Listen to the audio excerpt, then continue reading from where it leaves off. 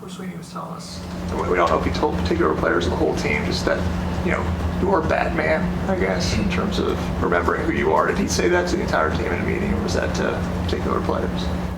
It was actually a clip that Coach Sweeney was showing in our team meeting room, and it was a guy explaining, about a comic where Batman was put into like this cave or to this where he was like tied up, and like he just kind of had forgotten who he was, and then when it clicked to him that he was Batman, superhero, he just flew up out of there, and he was who he was. So that's kind of just the message that he was giving to the team, just be who we are when we go up there this weekend, and everything will be okay.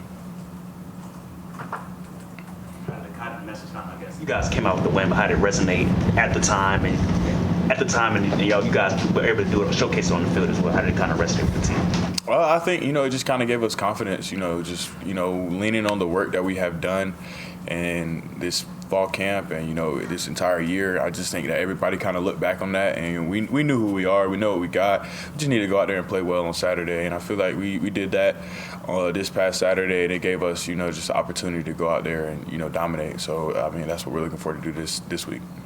You personally, how much fun have you had this season so far? I've had a lot of fun, just having an opportunity to be out there and, play ball, play free. It's really just been, fun. And, I just want to continue on that, just build up some momentum and get some dubs in the column.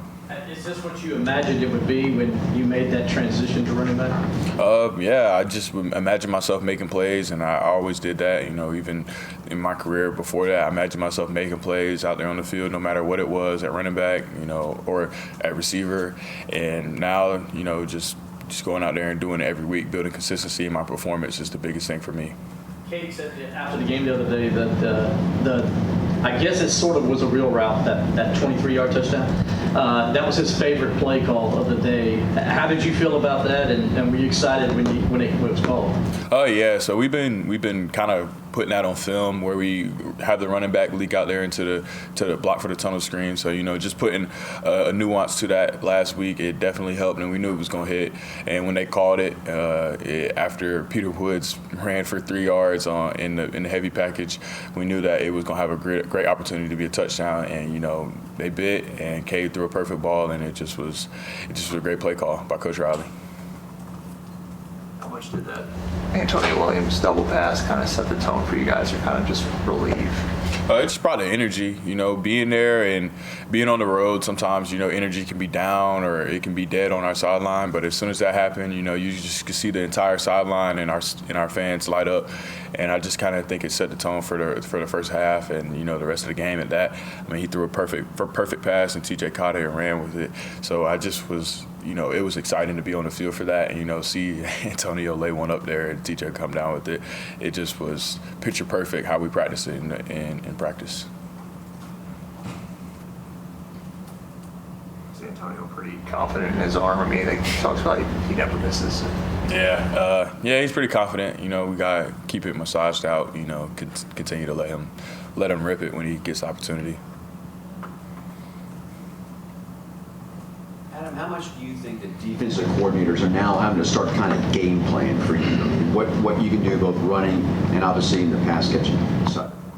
I don't really know what the other guys do or what they think, but hopefully they don't, so I can continue to make plays and go out there. But I think that, being in the backfield and me, for the most part, trusting in the OL and trusting in Cade and trusting in the play calling and, all the receivers and tight ends blocking downfield, I think that, even if they do start the game plan or, do certain things to take me away, I think, if we do our job and everybody does their 1 of 11, plays are going to work. So I think, just having the physicality and precision that we need to do on every single play, it doesn't matter what a defense does. I think that it really matters about us. I'm sure there's still a lot you want to work on and improve upon playing running back, but has this position switch worked out about as well as you could have hoped it would so far?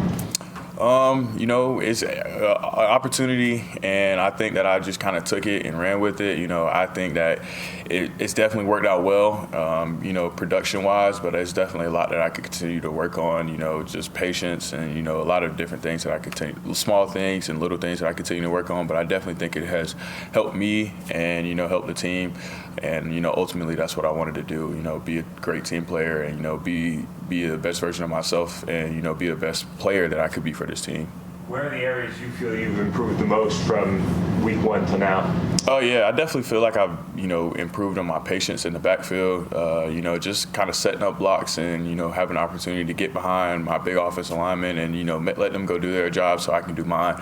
And, you know, being, you know, trusting them, because that receiver, you know, you're kind of out there and it's a one-on-one game, like, you know, with the DB in front of you, and you want to be fast off the ball, but within that box, it's more of a team game, and I kind of love it now. You know, just having an opportunity, you know, be a part of the team inside, and, you know, make those plays. And every time I make a play, the offensive line, you know, they did their job, and, you know, it gets them excited too.